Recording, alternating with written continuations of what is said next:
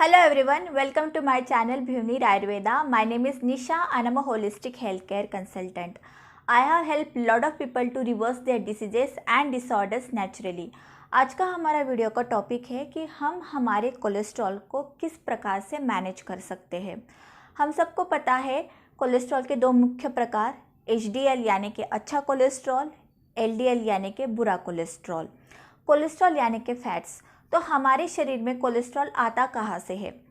हमारे शरीर में जो लीवर नाम का ऑर्गन होता है वो लगभग 80% कोलेस्ट्रॉल अपना खुद बनाता है। अब लीवर इतना सारा कोलेस्ट्रॉल क्यों बनाता है? उसके तीन मुख्य कारण हैं।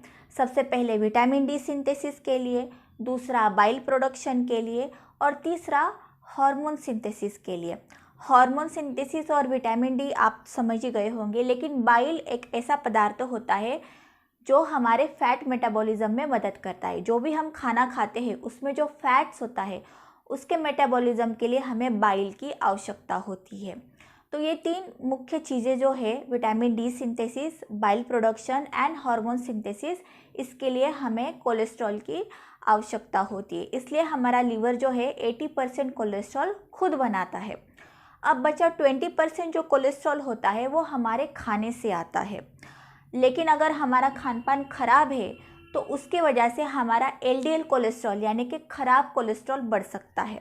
अब वो कौन सी चीज़ें हैं जो LDL कोलेस्ट्रॉल को बढ़ाती है? सबसे पहले जो लोग बहुत ज़्यादा नॉनवेज खाते हैं, जो लोग बहुत ज़्यादा ड्रिंक्स करते हैं, जो लोग बहुत ज़्यादा दूध या दूध की पदार्थ खाना ज़्यादा पसंद करते हैं, जैसे कि पनीर है, चीज़ है, बटर है। इसके अलावा जो लोग बहुत ज़्यादा तली हुई चीज़ें खाना पसंद करते हैं, जैसे कि फ्रेंच फ्राइज़ है, समोसा है, वड़ा पाव है, ये सारे जितने भी मैंने खाने के पदार्थ बताए ये हमारे LDL कोलेस्ट्रॉल को बढ़ाते हैं। लेकिन इसके अलावा और भी बहुत सारे कारण हैं, जैसे कि अगर किसी इंसान को डायबिटीज़ है यानी कि शुगर की बीमारी है, थायराइड की प्रॉब्लम है, या उस इंसान का डाइजेशन ही ख़राब है, तभी उस इंसान का LDL कोलेस्ट्रॉल यानी कि ख़राब कोलेस्ट्रॉल बढ़ने के चांसेस होते हैं, यानी कि बढ़ता ही in most of the cases में। तो अब हम LDL कोलेस्ट्रॉल और HDL कोलेस्ट्रॉल के बीच में संतुलन किस तरह से बना सकते हैं, हम LDL कोलेस्ट्रॉल को कम कैसे कर सकते हैं? तो जितने भी चीज़ें मैंने आपको गिनाई ये हमें नहीं खानी है, ठीक है। इसके अलावा हमें HDL कोलेस्ट्रॉल बढ़ाना है। HDL कोलेस्ट्रॉल यानी कि अच्छा कोलेस्ट्रॉल जो हमारे शरीर के लिए ज़रूरत है। अब हम इसको कैसे बढ़ा सकते हैं? इसका सर्वश्रेष्ठ जो उदाहरण है वो है गाय का घी। गाय का घी बहुत अच्छा होता है HDL कोलेस्ट्रॉल बढ़ाने के लिए। इसके अलावा हम फ्लेक्स सीड्स खा सकते हैं, यानी कि अलसी के सीड्स खा सकते हैं। इसके अलावा वॉलनट्स में भी अच्छा कोलेस्ट्रॉल होता है। और हमें खान पान में हमें ज़्यादा से ज़्यादा ग्रीन लीफी वेजिटेबल्स का समावेश करना चाहिए। अगर हम ये सारी चीज़ें ज़्यादा प्रमाण में हर रोज़ खाते हैं, थोड़ा मतलब ज़रूरत से ज़्यादा, तो हमारा जो LDL कोलेस्ट्रॉल है, जो यानी ख़राब कोलेस्ट्रॉल है, वो कम होने में काफ़ी मदद होती है। देखिए, LDL कोलेस्ट्रॉल को अगर कम करना है ना, तो उसके लिए HDL कोलेस्ट्रॉल की मात्रा बढ़नी बहुत आवश्यक है। क्यों? क्योंकि HDL कोलेस्ट्रॉल का काम है कि जो ख़राब कोलेस्ट्रॉल है हमारे शरीर में, जिसको हम बोलते हैं LDL, उसको निकाल के बाहर फेंक देना। ये काम सिर्फ HDL करता है, यानी कि अच्छा कोलेस्ट्रॉल।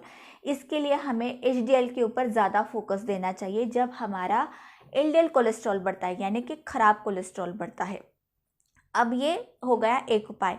इसके अलावा एक और उपाय मैं आपको बताऊंगी, जो है एक सिंपल सा होम रेमेडी, मतलब आप घर पे ही कर सकते हैं। जिस प्रकार से हम चाय या कॉफ़ी पीते हैं उसी प्रकार से आपको इन सारी चीज़ों की चाय बनानी है। तो सबसे पहले हमें एक गिलास पानी लेना है, उसको पतीले में डालना है। उसके अंदर आप इक्वल क्वांटिटी में half tea spoon ginger powder, half tea spoon cinnamon powder यानी कि दालचीनी पाउडर, हाफ़ टी स्पून धनिया बीज का पाउडर, देन थोड़े से तुलसी लीव्स, और इसके अलावा थोड़ा सा 1/3 टीस्पून अर्जुन छाल का पाउडर, ये सारी चीज़ें आप डाल सकते हैं। और इसके अलावा आप 1 से 2 लहसुन की कलियाँ जो होती है, फ्रेश गार्लिक क्लोव्स, वो भी आप इसमें डाल सकते हैं। अब इन सारी चीज़ों को हमें गैस पे कम से कम 5 से 6 मिनट अच्छे से उबालना है, जब तक जो 1 गिलास का जो क्वांटिटी था वाटर का वो हाफ़ ना हो जाए। और जैसे ये हाफ़ होता है हमें गैस को स्विच ऑफ करना है, इसको छान लेना है और इसको थोड़ा सा गुनगुना हमें पीना है। दिन में 2 बार लंच के बाद और डिनर के बाद। तो ये होम रेमेडी जो मैंने आपको बताई है, इससे भी बहुत हद तक हमारा ख़राब कोलेस्ट्रॉल कम होने में मदद होती है।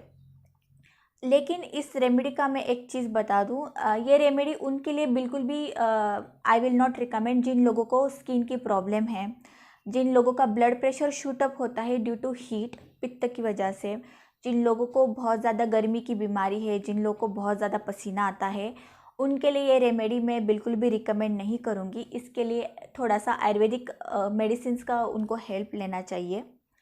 ठीक है, तो ये दूसरा ऑप्शंस मैंने बताया। हमको हमेशा हमारा डाइजेशन ठीक रखना चाहिए। जिस इंसान का डाइजेशन ठीक है ना, उसको कोलेस्ट्रॉल की बीमारी कभी छू भी नहीं सकती। इसके लिए हमें हमेशा ध्यान रखना चाहिए कि हमें एज पर सीज़न ही खाना खाना चाहिए। अब जिन लोगों को डायबिटीज़ होता है या जिन लोगों को थायराइड होता है, तो ऐसे केसेस में मैंने देखा है कि डॉक्टर्स जो है, मॉडर्न साइंस के जो डॉक्टर्स हैं, वो हमेशा उनको स्टैटिन नाम का ड्रग प्रिस्क्राइब करते हैं। स्टैटिन एक प्रकार का मॉलिक्यूल है जो कोलेस्ट्रॉल घटाने में मदद करता है, ऐसा मॉडर्न साइंस का मानना है, मेरा नहीं। अब स्टैटिन एक ऐसा मॉलिक्यूल है जिसके बहुत ज़्यादा सीवियर साइड इफ़ेक्ट्स है और I will not recommended it, but अगर आप किसी डॉक्टर के अंडर ले रहे हो तो दैट यू प्लीज़ कंटिन्यू।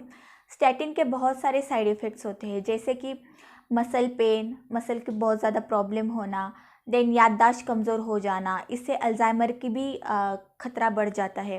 फिर इसके अलावा जो लड़कियां प्रेग्नेंट होना चाहती है, वो प्रेग्नेंट नहीं हो सकती अगर वो स्टैटिन नाम का पदार्थ खा रही है। और मेन जो होते हैं उनमें इरेक्टाइल डिसफंक्शन की भी बीमारी लग जाती है, और जो ब्रेस्ट कैंसर है उसकी जो रिस्क होती है वो 11 गुना बढ़ जाती है स्टैटिन खाने से। तो स्टैटिन एक बहुत ही इसके बहुत ज़्यादा साइड इफ़ेक्ट्स, एक बहुत ही हानिकारक मॉलिक्यूल है। तो मेरा ऐसा मानना है कि अगर कोलेस्ट्रॉल बढ़ा है तो डायरेक्टली इतना स्टैटिन लेने की कोई आवश्यकता नहीं, until and unless you are taking Ayurveda का हेल्प। अदरवाइज सेल्फ एक्सपेरिमेंट मत कीजिए। अगर आप किसी आयुर्वेदिक डॉक्टर के पास जाके आपका ट्रीटमेंट करते हैं तो ही आई विल रिकमेंड। ये सारी जो चीज़ें हैं, कोलेस्ट्रॉल बढ़ी हुई, ये 1 से 2 महीने में काफ़ी हद तक कम हो जाती है, नॉर्मल हो जाती है अगर आप आयुर्वेदा का हेल्प लेते हैं तो ये सारी जानकारी आज के वीडियो में मैंने आपको दी about HDL cholesterol and LDL cholesterol. I hope you have found this video helpful. If yes, then please share it with your friends and family. Thank you so much.